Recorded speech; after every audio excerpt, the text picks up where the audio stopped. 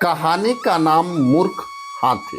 एक समय की बात है, एक घना जंगल था जहां अनेक जानवर मिलजुल के रहा करते थे। उसी जंगल में एक बहुत बड़ा हाथी भी रहता था जिसका नाम था गजराज। वह देखने में विशाल और ताकतवर था, लेकिन सोचने समझने में बहुत ही मूर्ख था और उसे लगता था कि ताकत ही सब कुछ है और बुद्धिमानी की कोई कीमत नहीं होती। गजराज को अपनी ताकत पे बड़ा घमंड था।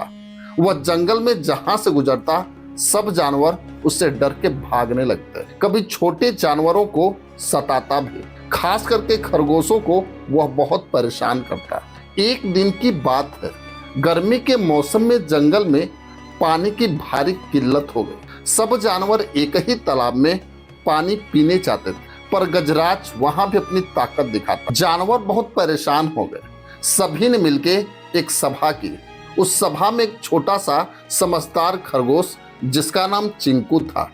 उसने कहा, अगर तुम चाहो तो मैं इस हाथी को सबक सिखा सकता हूँ। सभी जानवर हंसने लगे। तू एक छोटा सा खरगोश इस विशाल हाथी को कैसे सबक सिखाएगा? चिंकू ने मुस्कुरा के कहा कि बुद्धि बल से बड़ा होता है, आप सब देख लीजिएगा।